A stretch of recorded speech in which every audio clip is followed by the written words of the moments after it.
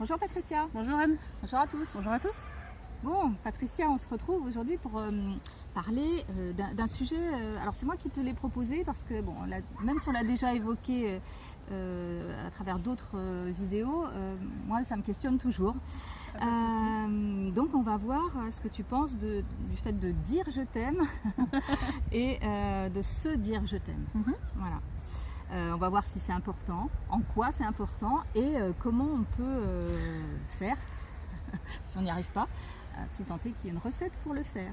Je suis pas si sûre, on verra selon les questions ce qui me vient. Ok. Alors pour ça, je me suis inspirée de certains éléments qu'on a déjà vus dans des vidéos assez anciennes, hein, vidéo sur l'amour, la vidéo 7, parce qu'on y a parlé de l'amour de soi, je ne sais pas si tu te souviens. Et puis les vidéos sur le pardon aussi, où on a parlé du je t'aime qu'on dit à l'autre. Voilà. Pour apaiser complètement avant de couper le lien. Ouais. Bon, on va revenir là-dessus parce que ça c'est pareil, ça reste un peu questionnant pour moi. Alors d'abord, dire je t'aime. Je me suis dit dire je t'aime, ça peut à la fois faire peur et à la fois rassurer. Ouais. D'un côté, c'est une petite phrase qu'on n'ose pas forcément dire, qui peut être gênante ou qui peut même faire peur. Et je me suis dit, j'ai pensé à ma famille, à moi, et c'est vrai que dans certaines familles, dont la mienne, on a beaucoup de mal à se dire je t'aime. Ouais, dans la mienne, on ne le dit pas non plus. Ouais, ok. Je trouve que ça peut être compliqué parce qu'on a un peu, pour beaucoup, peur du retour de ce que l'autre peut dire. On a une certaine attente d'avoir un retour sur les sentiments que l'on a. Ouais.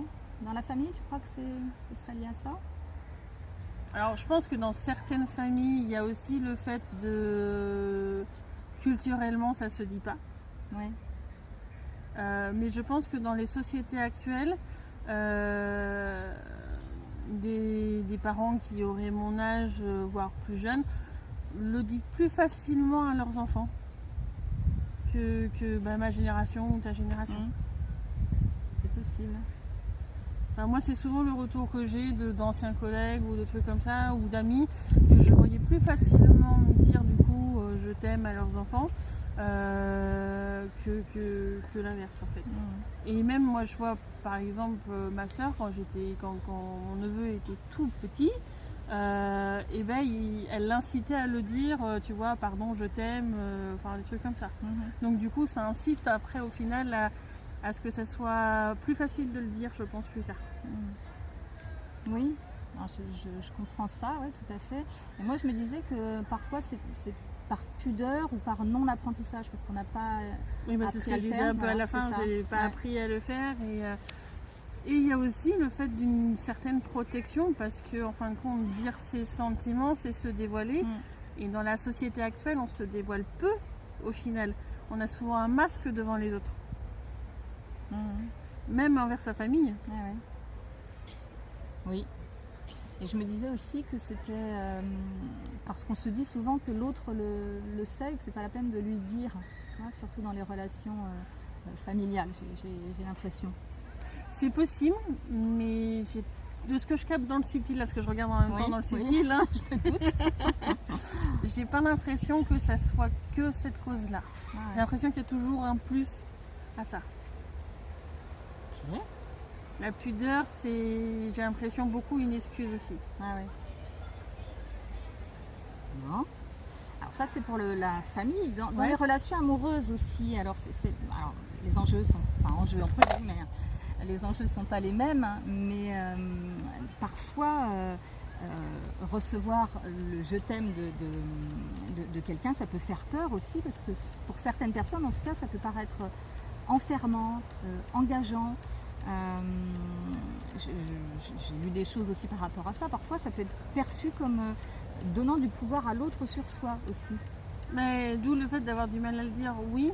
Que la personne qui le reçoit, ça soit un problème pour elle, je sais pas. J'ai essayé de regarder dans le subtil en parallèle. Oui, il y en a de ce que j'ai perçu, mais pas forcément en très grand nombre. C'est du genre 5 à 10%, tu vois, de ce que j'ai vu dans le subtil. Hein. En personne actuellement sur cette planète-là, je parle. Après, le fait de le dire soi, Ben oui, c'est ce que je disais tout à l'heure, c'est dévoiler ses sentiments, donner un pouvoir à l'autre. Est-ce que, vu qu'il y a quand même, mine de rien, on en parle souvent en plus dans la société, des pervers narcissiques ou des manipulateurs ou ce genre de caractère-là, les gens peuvent avoir peur de le dire parce que, en fin de compte, est-ce qu'en fin de compte, il ne va pas en profiter pour manipuler, quoi.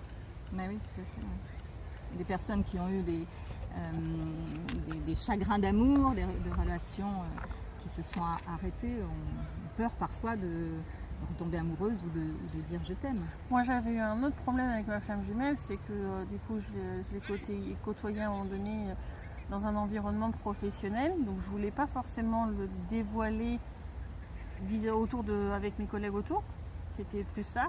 Et quand on se retrouvait seul à seul, je cherchais, tu vois, un sujet pour discuter ou autre, et les seuls mots qui me venaient dans la tête, c'était je t'aime. Je vais quand même commencer la conversation par je t'aime. À un moment donné, j'aimerais bien que ça glisse un peu plus, tu vois. Donc ça peut être aussi le contexte ou la façon dont les choses sont emmenées, où c'est peut-être plus difficile à dire aussi.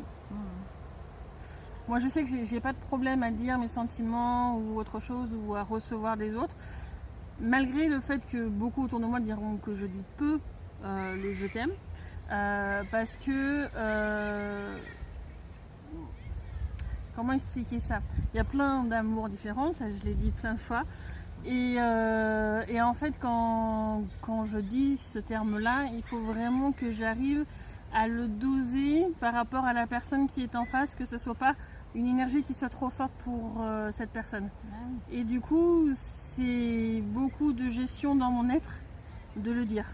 Vraiment, quand je l'ai dit tout à l'heure, je dis je vous aime, ceux qui regardaient, je suis vraiment obligée pour moi de descendre énormément dans les niveaux amour que j'ai à l'intérieur de moi, et c'est pas forcément évident, surtout quand au quotidien je suis tout le temps avec des énergies très très hautes, et donc du coup voilà. Il y a plein de choses qui peuvent faire que c'est dur à dire. Ouais. Alors, dans les relations amoureuses, on dit que quand on dit je t'aime, c'est une preuve ou une démonstration d'amour. Ouais. Alors, est-ce que d'abord on a besoin de prouver pour moi, notre non. amour? Ouais. Pour moi, non, et c'est bien pour ça que j'ai pas forcément la nécessité de le dire à tout va, tu vois. Pour moi, ça se sent dans la relation que l'on a avec l'autre personne, si elle est bienveillante, si les choses sont fluides. Il y a plein de choses qui permettent de le ressentir en fin de compte, sans forcément y apposer un terme. Surtout que, je crois que c'est dans la culture mongole, enfin dans le langage mongol, je crois que j'avais entendu ça. Je garantis pas exactement, mais c'est par là-bas. Ils ont plusieurs mots pour dire justement le je t'aime, qui signifie plusieurs choses. Parce qu'en fin de compte, on peut dire un je t'aime d'un point de vue amical, comme on peut dire je t'aime d'un point de vue amoureux, comme on peut dire je t'aime pour un animal de compagnie, et c'est encore un autre type d'amour. Et du coup, dans la langue française, le je t'aime, c'est ce que j'expliquais, il faut vraiment trouver par rapport à l'énergie amour qui correspond, et normalement quand on le dit, du coup il faut l'adapter. Mais en soi, pour moi, c'est pas une nécessité, parce que on devrait le ressentir en tous les cas. Oui, alors je sais pas, je pense à moi, c'est pas la même chose quand je dis je t'aime à mes chats par exemple, oui ça m'arrive, que à mon amoureux quand il y en a un. C'est normal, c'est ce que je dis, c'est pas le même.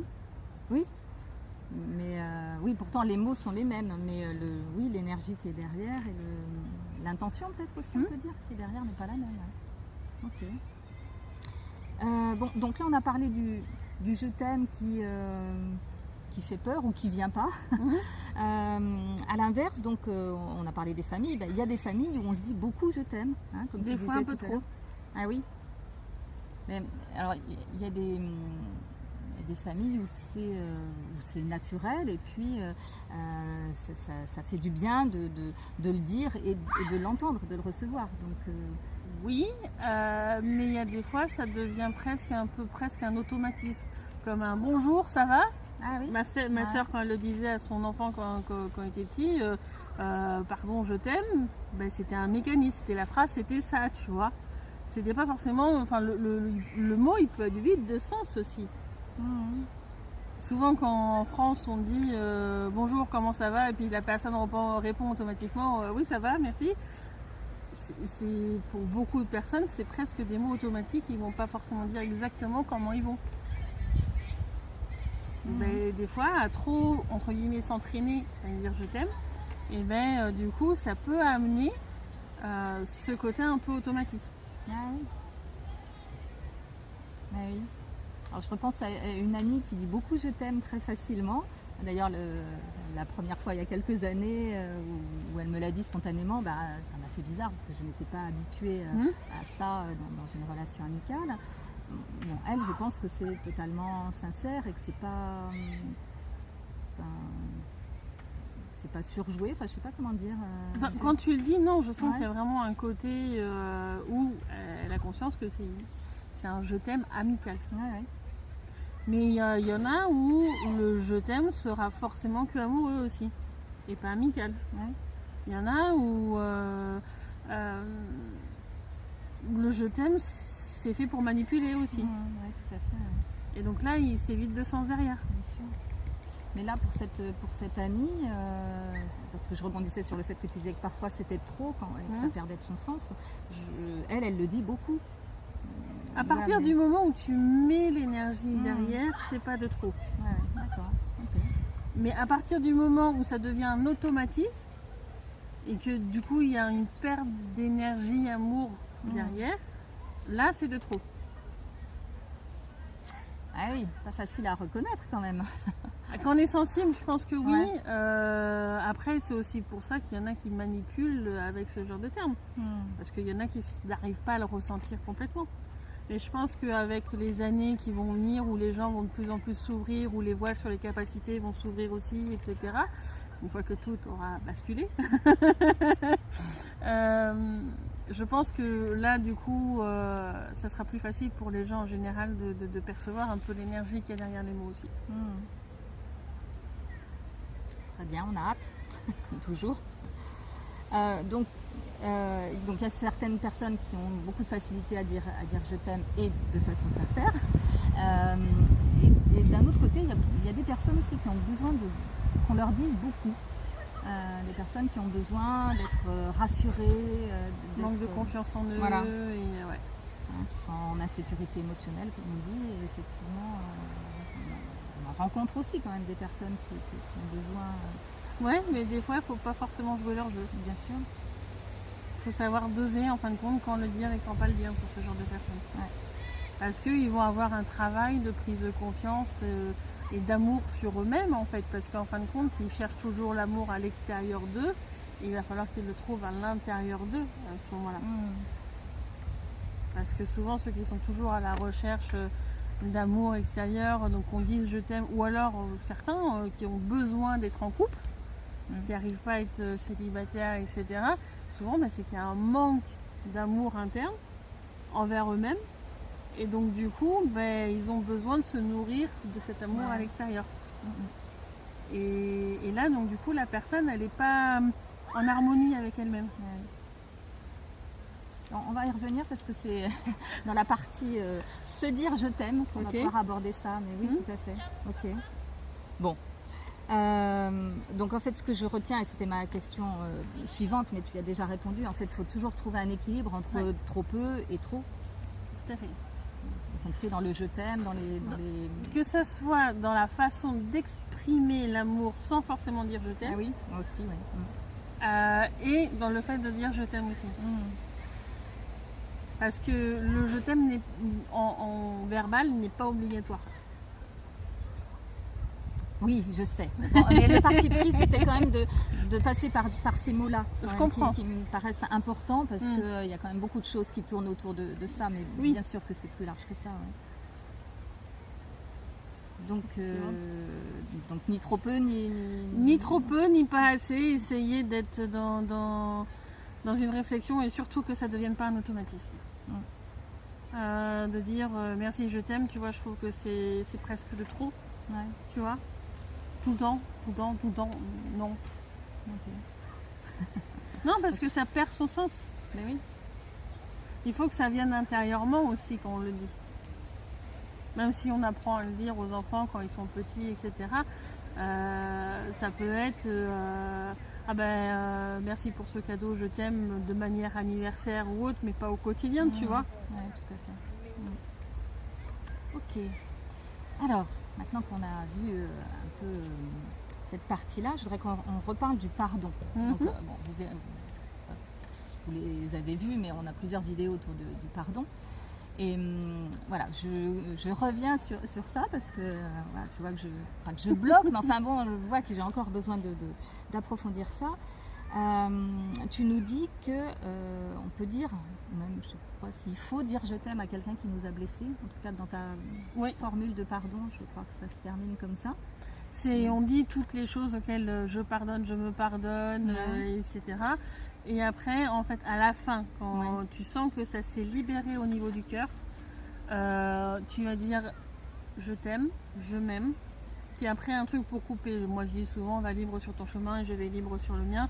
C'est surtout pour couper, en fin de compte, le lien et dire au revoir, quoi, grosso modo.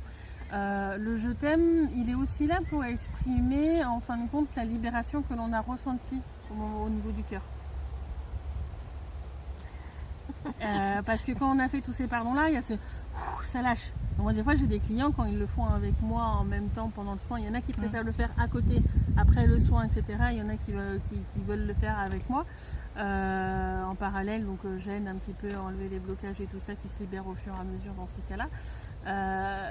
Il y en a certains qui disent je sais pas si j'arriverai à le dire, je t'aime, tu vois. Et en fin de compte, une fois qu'ils ont tout libéré, ils arrivent à le dire. Mais là, c'est vraiment pour exprimer et pour comme mettre un baume apaisant. Parce que l'énergie amour va justement aider à panser toutes ces plaies qu'on a pardonnées, à reboucher les fissures, à libérer les choses, à refluidifier. L'énergie amour aide à enlever les blocages en général. Donc, vu qu'on a libéré toutes les choses qui généraient plein de blocages, c'est bien de dire le je t'aime, du coup, et je m'aime, pour aider, en fin de compte, énergétiquement à tout réparer. Donc il y a une vraie symbolique, une vraie nécessité derrière.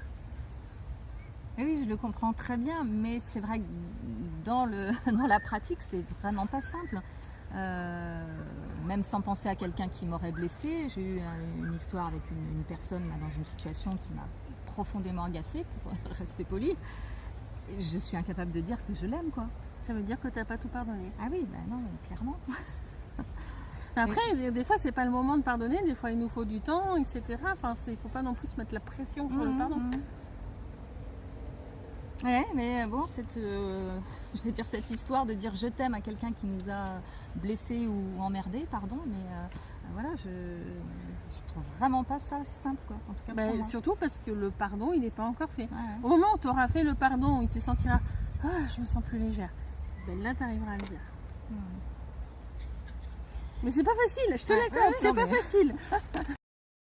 L'interview durant plus de 30 minutes. Anne et moi-même avons décidé de la séparer en 2 parties. Nous vous disons donc à bientôt pour la deuxième partie. N'hésitez pas à poser vos questions en commentaire comme d'habitude. Et puis on vous retrouve très bientôt pour d'autres sujets. À bientôt, au revoir. Au revoir.